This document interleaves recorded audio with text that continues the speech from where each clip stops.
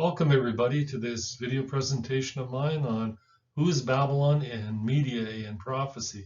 What I'm thinking of is Daniel chapter 7 and the four beasts.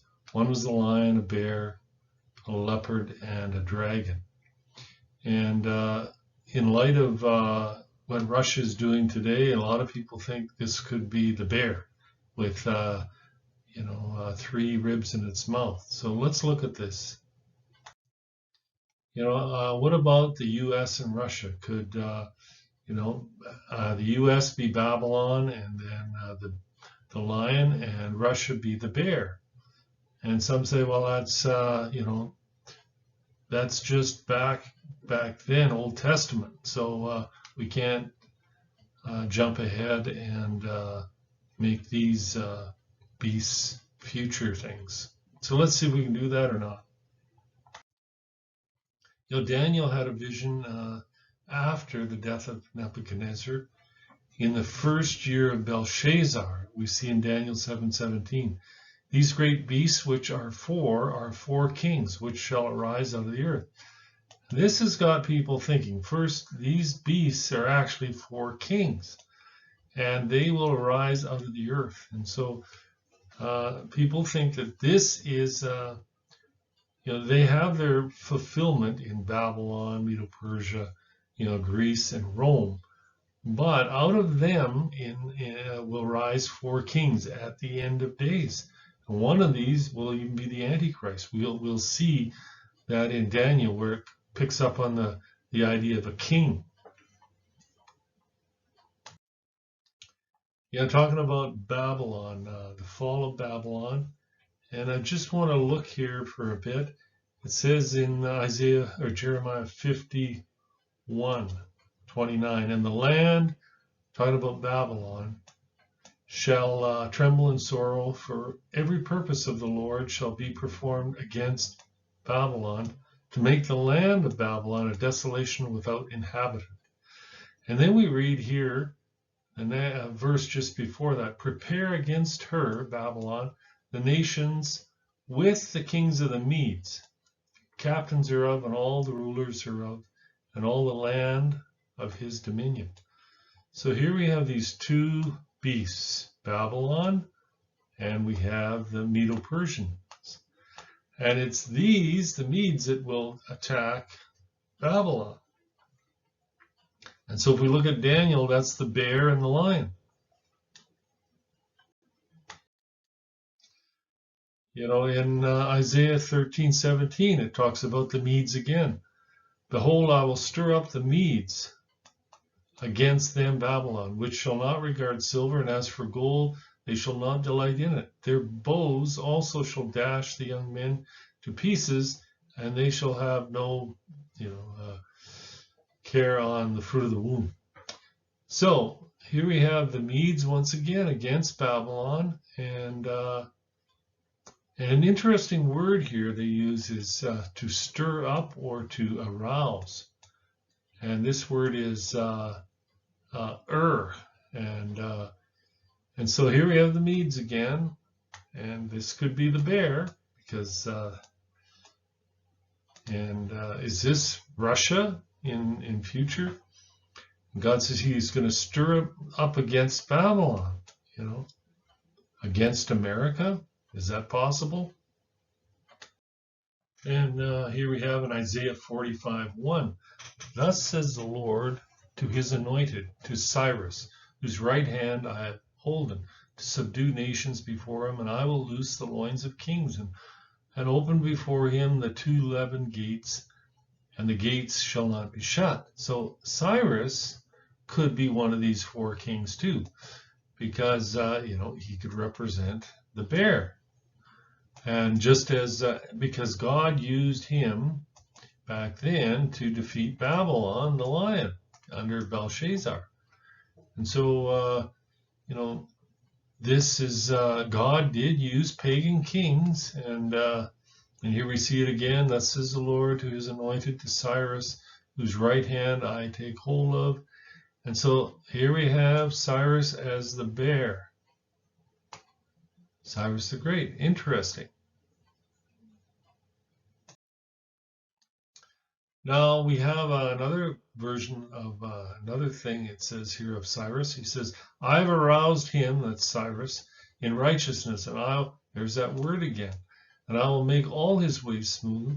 He will build my city and let my exiles go free without payment or reward. And here we have the exiles from Judah, which were carried into Babylon, and then God used Cyrus to defeat Babylon and take back those exiles back, allow them to go back to Israel, to Judah, to the land of Judah. But here's the word again, arouse, and he's going to stir them up. Now we see it also in Isaiah 41, 2 and 3. Who has aroused one from the east, whom he calls in righteousness to his feet? He delivers up nations before him and subdues kings. He makes them like dust with his sword, and the wind-driven chaff with his bow. He pursues them, passing on in safety, by a way he had not been traversing with his feet. So here it is, and here's this word again, aroused. And I'll show you why it's significant. Here we have it in Jeremiah 51:1. Thus says the Lord, behold, I'm going to arouse against Babylon and against the inhabitants of Lebkamar the spirit of a destroyer. And here it is. Sharpen the arrows, fill the quivers. The Lord has aroused who? The spirit of the kings of the Medes. And so this is, it's the spirit of the kings of the Medes. This is future. It's talking about the future kings of the Medes. Whenever you see that, the spirit of them, it's you know, he's looking at, and this has to do with, you know, the fall of Babylon, against Babylon, you know, which we said is the lion, to destroy it. For it is the vengeance of the Lord, vengeance for his temple. So is this possible? We're looking at the Medes as Russia here, and the bear, and America as Babylon. You know, Babylon falls, according to Revelation 18, the fall of economic Babylon. You know, this Babylon is not Iraq here, because Iraq is not the rich place that Revelation 18 talks about, where the merchants stand afar off and weep and wail because in 1 hour so great a riches has come to naught. And they lament because no one buys their goods anymore. And then the goods are gold and silver and precious stone and cattle and wheat and barley and slaves and chariots and all kinds of things. America is one of the biggest consumers of goods in the world. They buy. Without America, China wouldn't be able to, export all that it does. And that's, China is even, the United States even buys oil from Russia. We find that out because it's cheaper. They'll buy it from Venezuela. And so all the nations make money off Babylon. And that fits more with America. Now the fall of Babylon again is by the Medes. And here's this word, arouse, again. In Isaiah 13:17, behold, I will arouse or stir up the Medes against them, who will not regard silver. As for gold, they do not delight in it. Also their bows will dash young men in pieces, and they will have no pity on the fruit of the womb. Their eye will not spare children. And Babylon, the glory of kingdoms, the beauty of the Chaldean pride, will be as when God overthrew Sodom and Gomorrah. Here's the key one. It will never be inhabited, nor will it be settled from generation to generation. Well, this didn't happen to Babylon when Cyrus defeated them. In fact, they carried on. And in Jesus' time, the city of Babylon was still in existence. There was a church in Babylon. So this prophecy is future. It's talking about a future Babylon.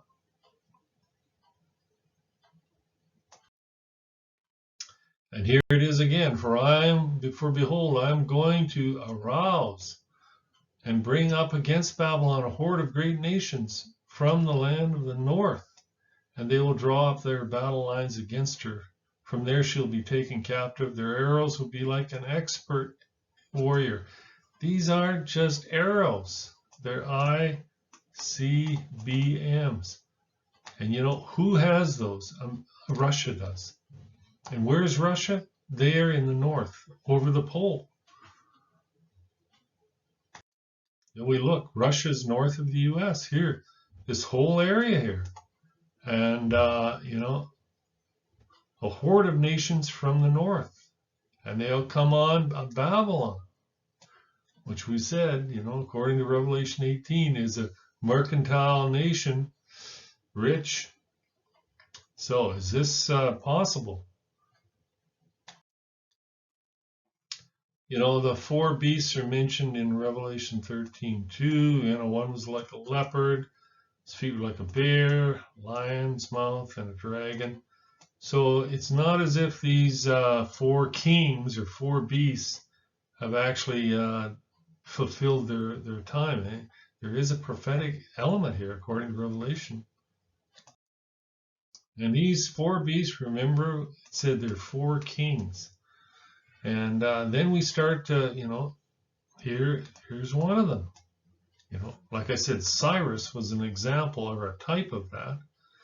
And he was of the Medo-Persian Empire, which overthrew Babylon, right? And it couldn't have been Nebuchadnezzar because Nebuchadnezzar was already dead. So it's talking about future kings. And one of these is also the Antichrist. And if you look, it'll be this fourth one, the little horn. Comes out of the Roman Empire. And there's also the leopard. We could look at that as well. Another king. Here, the fourth beast is the fourth king, the little horn. Look at it in Daniel 8. And in the latter time of their kingdom, when the transgressors have come to a king. See, a fierce countenance and understanding dark senses will stand up, and his power shall be mighty, but not by his own power, and he shall destroy wonderfully, and shall prosper and practice, and he shall destroy the mighty and the holy people. Well, this is what the Antichrist does. He makes a covenant with Israel, and then he breaks it and destroys them. So this is the same little horn. We'll see. He's a king. We see it in Daniel 11:36. And the king, there he is, one of these four kings, who will rise up at the end, shall do according to his will, and he shall exalt himself and magnify himself above every god, and shall speak marvelous things against the God of gods, and shall prosper till the indignation be accomplished. So this is just the same little horn as in, and we see it in Daniel 7, you know, making great boasts. Daniel 7, he comes up among the 10, and so here he is. Here he is in chapter 11:36. He does his own will. Now, this little horn is talked about again. It says, neither shall he regard the God of his fathers, nor the desire of women, nor regard any God. He shall magnify himself above all. You know, something, this little horn is the papacy. I don't know. We see in 2 Thessalonians, this Antichrist, this is the same guy, the little horn. Let no one deceive you in any way, for that day will not come unless the rebellion comes first and the man of lawlessness is revealed, the son of destruction, who opposeth and exalts himself above every so-called God or object of worship, so that he takes his seat in the temple of God, proclaiming himself to be God. Now, people think, well, this has got to be the Jewish temple. Not so, because the word in the Greek is naos. The word for temple is Aaron, and for the Jewish temple. So some think this is the Church of God, and so it could be the Pope. He sits there right now. proclaiming himself to be Christ. So it's a possibility. Now here's another one. I'm looking now at the third beast, or the third king, the one that has the four heads, the leopard. Germany has just come to the fore here with this SPD party on December the 9th, 2021. And just a day after, this image was put up at the UN. And this image of a beast with wings and kind of leopard looking. And so somebody was, whoever did it was, must have had some idea of end time prophecy. But here's the key. This German party, a man got in there, Olaf Scholz, and he's been in there for the first time in 16 years that they've had a man leading Germany. And this was the Socialist Party of Deutschland. So we read in Daniel 7:6, and after this I beheld, and lo, another like a leopard, which had upon its back 4 wings of a fowl, and the beast had also 4 heads, and dominion was given to it. So, the beast in Revelation 13:2 also is like a leopard. And I think this is just, the scarlet beast. And scarlet, remember, Edom means red. And so the Old Testament is like Edom. And this beast is a king as well. The other 3 are kings. And I think this is just the king of Assyria, which in the Old Testament, came up against Israel, and they probably again, it's the European Union run by Germany right now. The 4 heads, some see as Germany, as I said, and France could be the wings, because it's a fowl, and France has a rooster as one of its emblem. And the 10 kings are the EU, 1 hour with the beast. So now here's the other side. Here's just says he's a beast, but we got 4 beasts. And so it's kind of hard to figure out who's who here. But a lot of people think this is the king of Assyria. Just another, if you go back, the king of Assyria is like, typifies Antichrist as well. So the point is here, we have these 4 beasts, and Daniel says they are 4 kings who will arise. And they hadn't arisen then, but they would. And this is what we believe, because one of them is the Antichrist, one of those kings. Therefore, it must be at the end of days, all 4 of them. And, that's what we believe. Is this the bear? Is this the second king? Is this, Putin? He says, arise and devour much flesh. And we're seeing this bear had 3 ribs in its mouth. And so, it could fit with Russia. Russia is symbolized as a bear. And so, typical of the Medo-Persian Empire. But, people say, oh, well, no, that's Iran. But, Iran couldn't defeat America in 100 years. So they're not any threat. And they can't even get over there. I don't think they have a boat that would probably sail that far. So, let alone, nuclear submarines and ICBMs and, a lot of technology. Russia does, though. And so, we need to kind of say, what is the Bible really saying here? So I just brought that up, and I hope you enjoyed this video, and, watch some other ones, subscribe to my channel, and keep looking up. God bless.